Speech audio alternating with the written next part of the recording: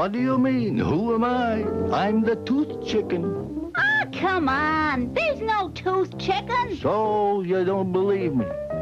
Looks like you don't believe too many sweets can spoil your checkups either.